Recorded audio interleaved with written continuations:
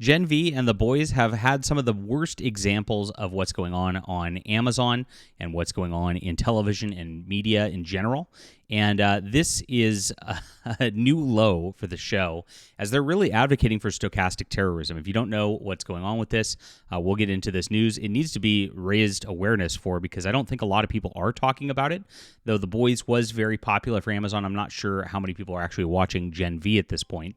But it is a terrible thing. So let's get into this news in just a moment. Please hit the like and subscribe button, and please sign up for the Fandom Pulse Substack. This is where we tell the news in pop culture every single day. We have 8 to 10 articles every day, and of course, I get them all to you without algorithm, without having to find you again and the like. It's much better on here on Substack than it is on YouTube. So I'll put this link in the description below. Thank you guys so much for reading and for making us able to do this for full time.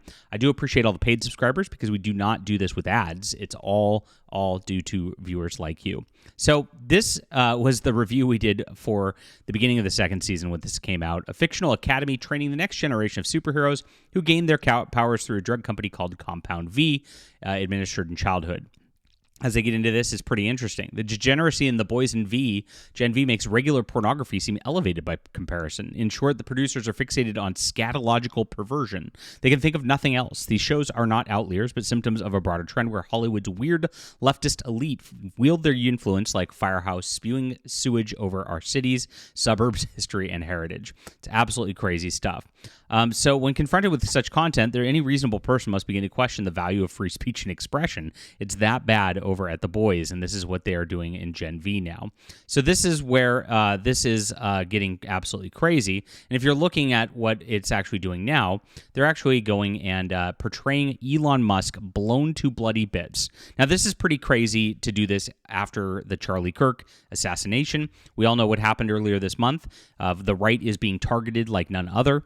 And, of course, the right is now in danger because of all these copycats and the like who are being radicalized by the left. They call us fascists and Nazis over and over and over again. And then they do stuff like this in the television to help program these people into crazier things right here.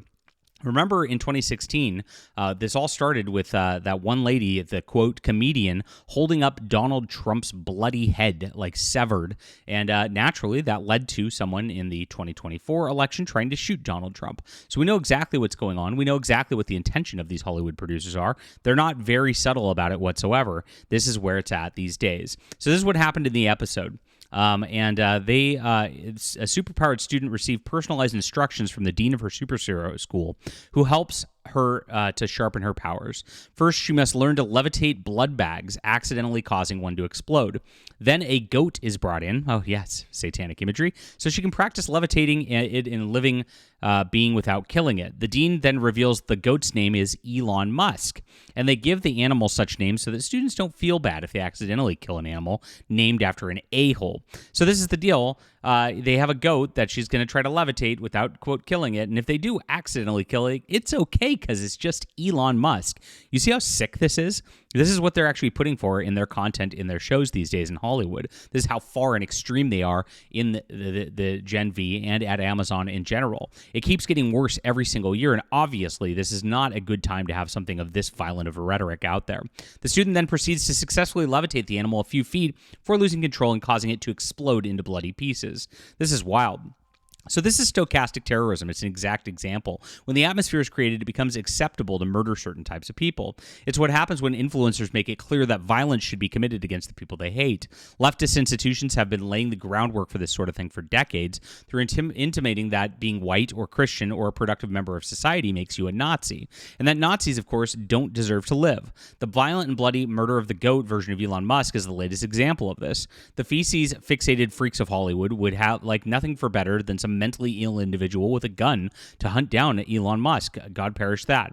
So this is right after the assassination of Charlie Kirk, as I mentioned before, and it is an example of stochastic terrorism, with the leftist institutions previously labeling him a Nazi and a white supremacist. There can be no mistake, the end goal of the leftists is violent and bloody murder of whites, white Christians, and conservatives. All of their political rhetoric is an obfuscation of these murderous intentions, and this is exactly what they're doing in The Boys here. Naturally, it's a black girl doing this as well, right? Shows that she's got the real power, and she just needs to unleash it in this type of scenario right here.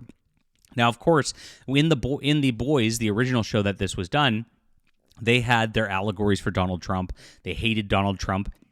They made it a Trump-hating show intentionally. And when Donald Trump got shot, by the way, they actually had to rename the episode of one of their episodes because of what was going on. They know that they were stoking that kind of thing on. They know that it was bad timing of that. And for some reason, back when Trump got shot, they weren't as scared about it as they were with the Charlie Kirk situation. But this is a situation where we need to actually speak out a little bit louder and actually let people know how crazy these people are, because this is what Amazon's promoting. This is what Hollywood's promoting, and it is across the board. Now, The Boys and Gen V is some of the worst examples of this, of course, but this is something that we have to fight, guys, and we have to be aware is going out there.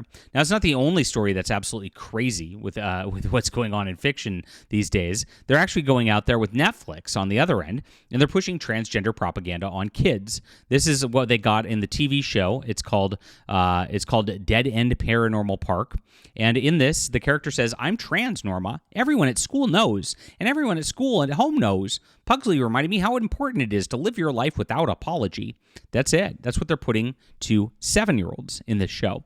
They're grooming children on the other end of this, while, of course, we have the stochastic terrorism going on with The Boys and with Gen V. We now have this on the children's end as they program these kids into these creepy lifestyles where, of course, the kids cut off different portions of their bodies and the like, and we can see exactly what goes on here with this sort of nut job. And look, it's a large, weird dude with a hole, a gauged hole in his ear and blue hair. It's like they know that it's like not attractive. It's not something that like it is, and it's like, but they try to make it like a happy little cartoon thing where the doggy and the puppy loves it. Yay!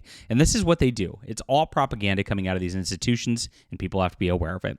Leave a comment down below with what you think about this. Please hit the like and subscribe button. Make sure to sign up for our Fandom Pulse Substack in the description below, and we'll be back soon.